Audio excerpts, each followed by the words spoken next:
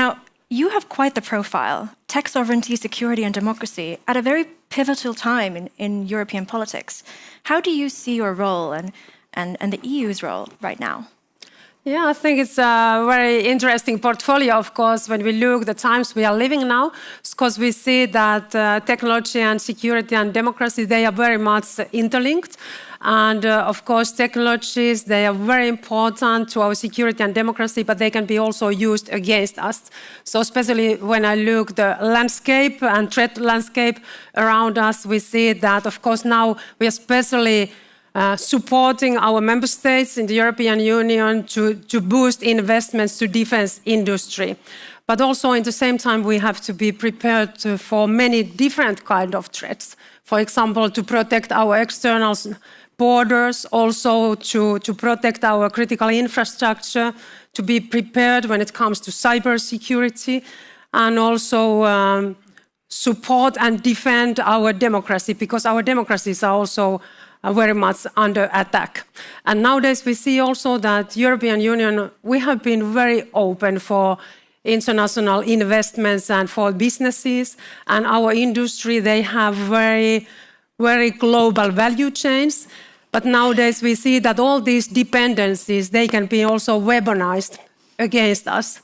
And that's why it's so important that we are building up our own capacities in critical technologies, that we make sure that we are not dependent on one third country or one company when it comes to some critical services, critical materials, critical infrastructure, that we have always capacity in all circumstances, also operate ourselves, but also that we have like-minded partners, because we don't think that anyone can be competitive and strong alone. So we also need partners when it comes to technologies and security. Brilliant. And what sort of lessons have you learned from the Ukrainian war? When it comes to technologies, of course, now there is a lot we can learn from Ukraine and the innovation cycle. Of course, it's something that is amazing in Ukraine, and also the productivity, how they are producing new equipments and all the investments they have done to defense capacity, and especially to new technologies. And of course, the unmanned vehicles, drones, they are playing nowadays a very big role in the battlefield. And this is something that we have to now also very much study from the European side when we are investing to our defense capabilities, especially the drones. Of course, it's a new element, and the innovation cycle, it's just a few weeks always. So the battlefield is also like a test bed all the time for new innovations, and that's why it's important that we are also present there, and we are learning all the time, every day, what is happening there, that we are also able to invest in these new technologies when we are making now big decisions. So I'm very, of course, happy about it, that now finally our European member states, they are investing heavily to defense industry. So 2 years ago, our European member states, they were investing 70 billion, a little bit more than 70 billion to new investments in defense. Last year, it was already more than 100 billion, and I'm expecting that in this year, it will be even bigger amount of money. And this is also, in the same time, good news for our competitiveness and for our technologies, because nowadays also defense industry and new technologies, they are going very much hand in hand. And when we look critical technologies where we need our own capacity, AI, semiconductors, quantum technologies, cybersecurity, they are naturally very dual-use technologies also. So in the same time, when we are now investing to defense industry, it's also a great boost for our technologies and critical capacities in there. Excellent. And in the State of the Union address, the European Commission announced a new plan for drones in the eastern flank. Can you tell us a bit about what that looks like and what we can expect? Yes, we are working now on that together with member states, especially eastern border member states, because our member states in eastern border, of course, they have they are very much under pressure all the time from Russian side, and they have been preparing for decades. And defense industry is also in a very good level already. But now we are very much listening to ideas that our eastern member states are having when it comes to protection of our eastern border, and also on this drone wall, and what kind of new technologies we should use together, and how we could be able to protect our eastern border. So it's very much also about cybersecurity, about critical infrastructure, but also defending, for example, when it comes to drones. So in 1 month time, we are supposed to adopt a roadmap on our defense readiness from the European Commission side. So I'm preparing that together with Kaja Kallas. And now we are listening also to ideas from our Eastern countries, that how we could now really boost investments also in this sector. And the EU just decided on a new 150 billion euro defense plan. What is the vision there? What do you hope to achieve? And what will this Europe of defense look like? That is the case in the European Union, that the defense policy, it's a competence of the member states, but also European Union can do a lot when it comes to defense. And especially we have been focusing very much to funding part and supporting member states now when they have to finance these very big investments in defense. So we were giving more flexibility on the budgetary rules for member states to allow them invest more to defense, but also we proposed this new instrument, safe loan, 150 billion for member states. And the idea is really to support member states now to invest more to defense, but also invest more together, because still it's a challenge often that European member states, they are making their own decisions when they are investing to defense, and they are making decisions alone. And so we are trying to support that kind of structure, that member states are more coordinating together, and they are also buying more together and buying more European. So this is also one of the really obligations on this loan, that 75% of the components, they has to come from Europe. But the safe loan, 150 billion, is also an instrument that member states can use also to support Ukraine. So the production in Ukraine, or then they can produce equipments, military equipments in the European Union side, and then export them to Ukraine. And member states were very interested in to use this loan. So 19 member states expressed their interest, and just in last week we pre-allocated this funding among our member states. And 13 member states already informed that they are planning to use this safe loan to support Ukraine. And of course, this is very promising, because what is happening in Ukraine, it's the most crucial, of course, aspect of our security in the European Union for the coming years.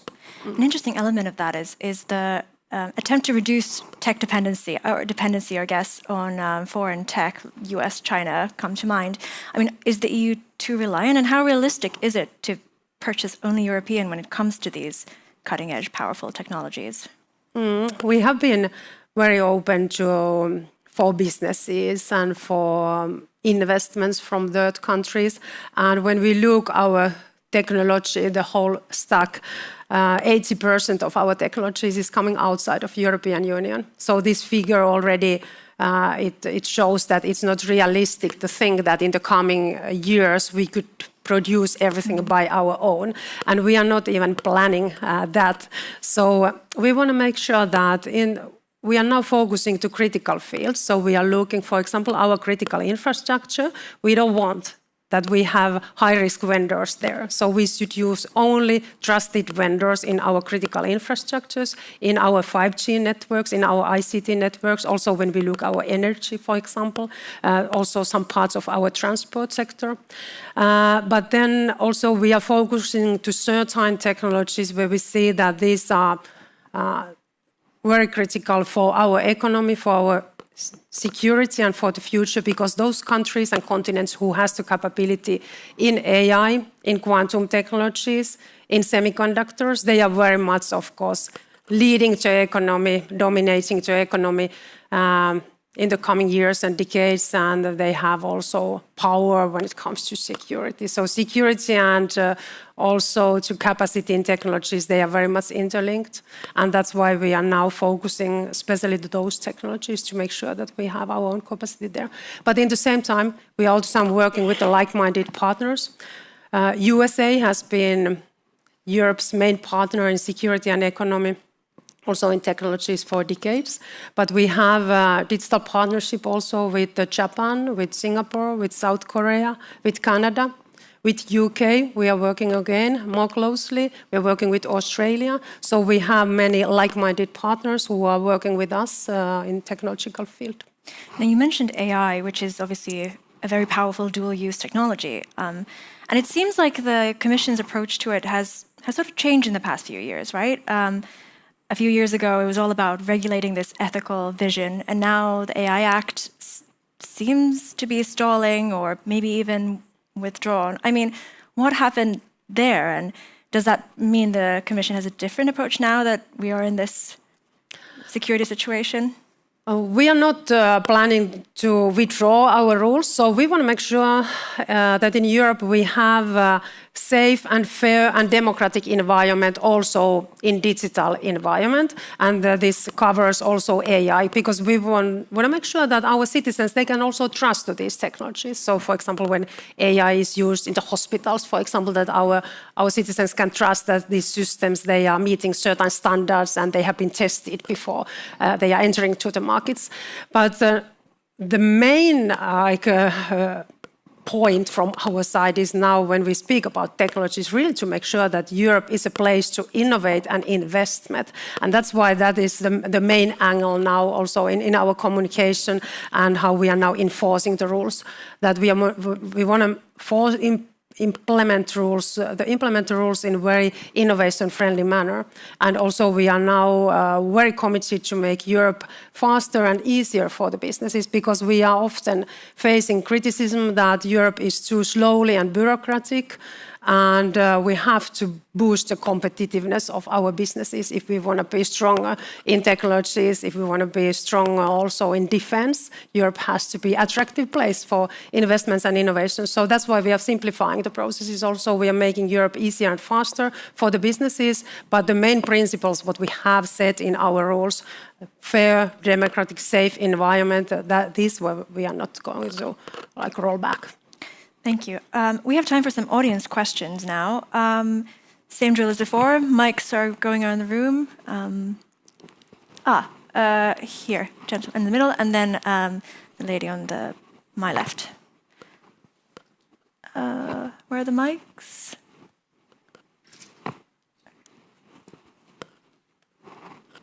Okay. Can you speak up and I'll... Oh, they're coming.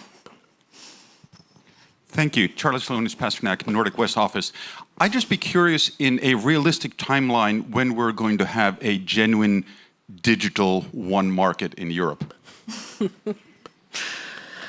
That is a very, very good question. You know that on this week we had also a 1-year anniversary of Mario Draghi's competitiveness report, and he was also a little bit like whipping us that we haven't been fast enough, even that we have done a lot in the first 9 months in the office as a new commission. But it's clear that if we want to be more competitive, if we want to really boost investment and innovations in the European Union, we need to use also the full potential of our single market. And when we look, for example, the technology field and also defense industry, we see that we have thousands of very promising startups in the European Union. We have super research and science. We have, for example, in AI, we have 7,000 startups in the European Union who are willing to train and develop AI. But they are facing now big obstacle because they don't have access to computing capacity. That's why we are investing together with our member states to computing capacity to supercomputers like Lumi in Kajaani, and we will have 5 times more computing capacity in 1 year time. And we will give access to our startups and researchers to train AI. But then the next step is really that how our startups, how they can get access to capital in the European Union. It's a big obstacle for them, and also really access to markets, because often we have 27 different frameworks in the European Union. And this is the main reason why so big part of our startups, they are moving to USA to scale up their business. So annually, often more startups are created in the European Union than in the USA side. But only 8% of the scale-ups are in the European Union and 60% in USA. So it clearly tells that we are investing very much to research, science, we have potential startups, but to able to scale up their businesses, they have to move to USA, where they can have access to capital, access to bigger markets. And we have to change this, and we have to change this very fast. Thank you. We had a question here at the front and then all the way at the back after.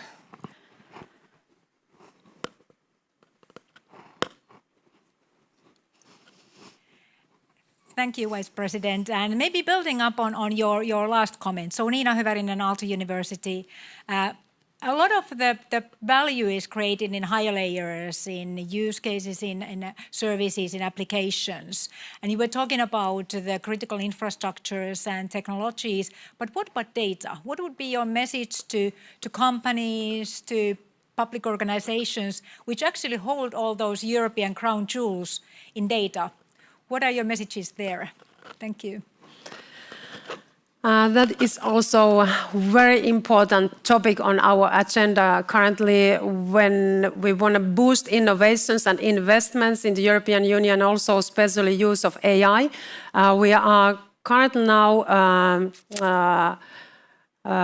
finalizing our Apply AI strategy. We will adopt it in October, and there we are now looking specific sector where we see that we have huge potential in the European Union, and we are looking really what kind of actions we can take in the European level to now support their actions to uptake and apply AI, because we see that there's many fields where we can be very strong in the European Union when we are bringing together our AI developers and the traditional industries, for example. But the important obstacle is also access to data and how to get that kind of high quality data sets.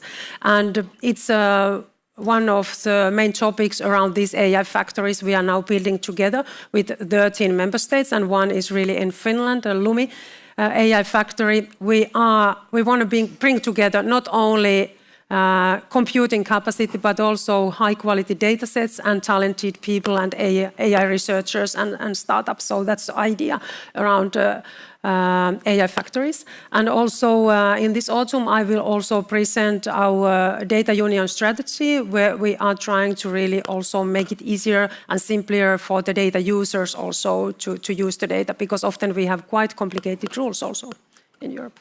Thank you. And then we had a question all the way at the back.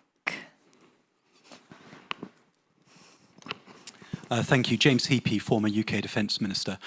Commissioner, can European and indeed Western technology industries ever be sovereign if their deep supply chains are almost entirely dependent on Chinese processed critical minerals?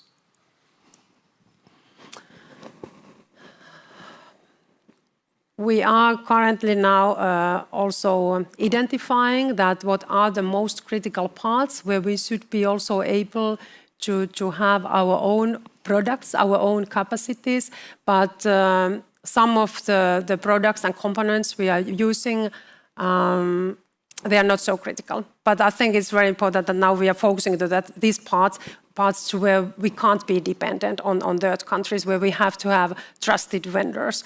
And it's not happening really in overnight, because we have had decades of policy where we have been cooperating very much internationally, and we have been open to businesses and investments, and also our value chains, they are very global. So it's taking time, but we are also in very serious situation when it comes to security. And that's why always now when we are making decisions, we have to look the security aspect as a first priority before we are making the next steps. Thank you. Okay, one final question over here, please. Thank you, ma'am. I just have a question regarding the startups. You mentioned, and I really appreciate that we are doing a lot in Europe for startups, but we are facing a problem there as well, because from these very talented and gifted young ladies and gentlemen, they often have no ideas about what a military is doing, how they interact, so like interoperability and all that stuff. So what is the European Union doing not to create another 24/7 approach like we have in the national approaches with armament and etc., and offering, for example, by using the European Defence Agency, training, access to doctrines, etc., so that they are not only developing good technology, but making it operational readiness for our forces. Thank you. We have many sectors in the European Union where we are missing single market. We are lacking single markets. It's often mentioned that telecom, energy, finance are the sectors where we should create more single market. But the defense industries also traditionally it has been very national markets, and that's why we are now also creating the instruments where we are encouraging also the member states to work more together, have more cross-border cooperation also between the industries and member states to create also one single market when it comes to defense. But of course, I'm very willing to hear also more your experiences, because I think there's obstacles you have been maybe facing also personally, that what we could do also to make sure that we have a better functioning single market, because it's crucial for our future. We have so much potential in the European markets, but still too many obstacles between the member states. Thank you, Madam Executive Vice President. And a final question from me. What advice would you give the European tech sector right now? How can they seize the moment in terms of defense and all the investment that's pouring into tech sector? Yes. It is, okay. I think that this is a very important moment also for all our technology companies, and many of our leading companies and startups, they are already very much involved to our defense investments and research and development work there. And we are also in the European level, of course, what we are now doing, we are trying to really facilitate the work and make sure that there's enough funding and financing opportunities in the markets. And it also comes to our next multi-annual financial framework that Commission, we adopted our proposal in July. We are proposing that we will invest in the coming years, so we will have 5 times more funding for technologies that we have nowadays in our budget, 10 times more to military mobility, so to transport projects that we have currently. These are very important for our defense, and 5 times more also for defense industry that we have nowadays. So we are really boosting now from our side also the possibilities to invest to defense and security, and we are all the time supporting and encouraging very much the dual use cases, because technologies and defense investments, they are going very much hand in hand. So I'm sure that in a few years' time, Europe will be much stronger than today. So we are much better prepared to defend ourselves. And also we are stronger when it comes to technologies and competitiveness. So I think we have been taking already important steps during the last months, and now we just have to speed up the processes in the coming months. Wonderful. Yeah. Thank you so much, Madam Vice President. Thank you.